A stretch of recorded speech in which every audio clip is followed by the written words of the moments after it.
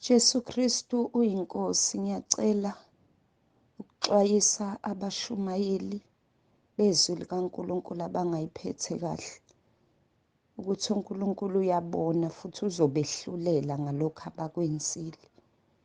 Inkosi ingithathile yangibeka endaweni lapho khona bekukhona ofikile kuleyo ndawo ezoshumayela, emenyiwe kuney'nkonzo ebezikhona. Base bemtholela indawo azolala kuyo. Bekuwumuzi wowesifazane othile. Lo wesifazane ubebonakala ekhulile kunalo mshumayeli. Ngase ngibona sekutholakala ukuthi lo mshumayeli uselala nalo wesifazane, usesebenzisa ithuba enyameni, abuye ahambe ayoshumayela izwi likaNkulunkulu, kodwa usenobudlelwane futhi nalo wesifazane. Ngabona abazalwane kanye nomphakathi sebemxosha lo mshumayeli owonakele ingqondo, elithi izwi likaNkulunkulu abanjalo bangabehlulekayo enkolweni. 2 Timothy chapter 3 verse 8.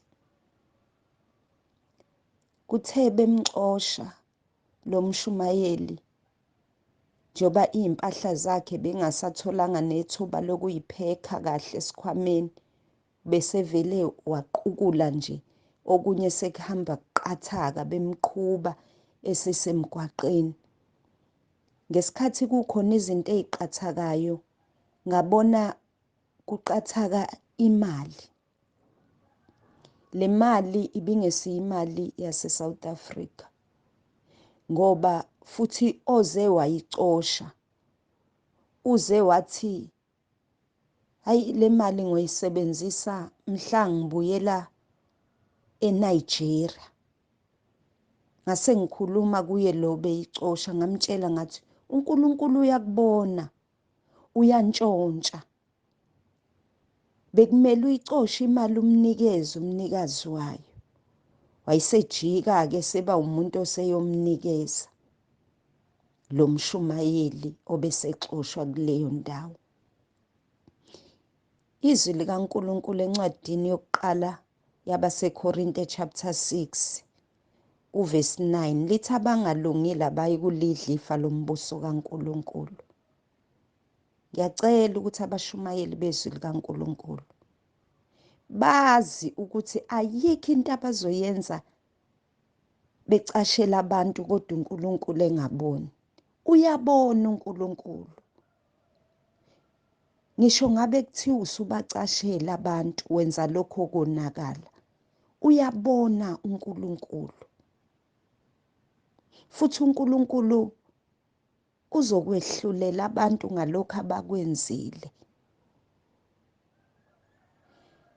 Lo mshumayeli obelala nowesifazane abengenise kwakhe, ey'ntweni ezinye eziqathakile, khathi kuqathake nemali, ngiphinde ngabona bekuwama-CD, kungama-DVD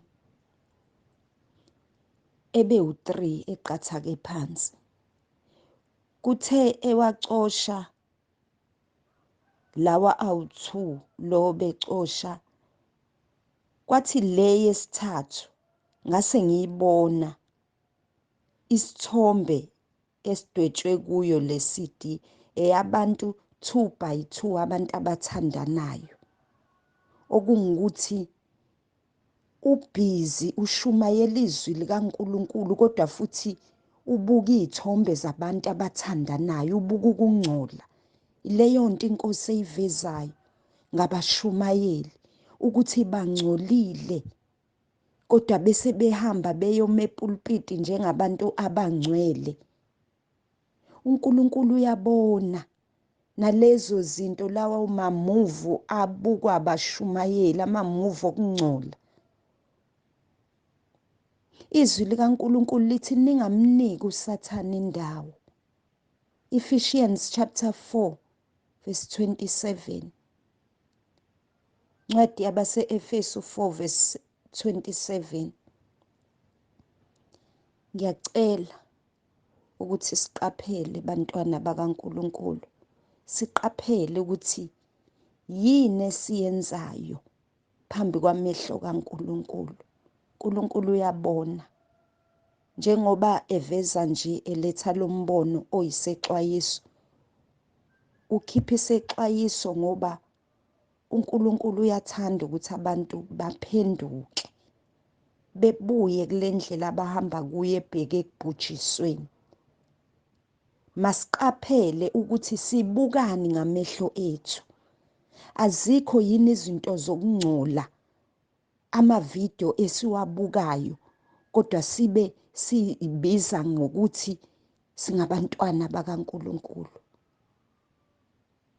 Asintshontshi yini njengalona obesecosha imali eseyintshontsha. Asilali yini, asijoli yini.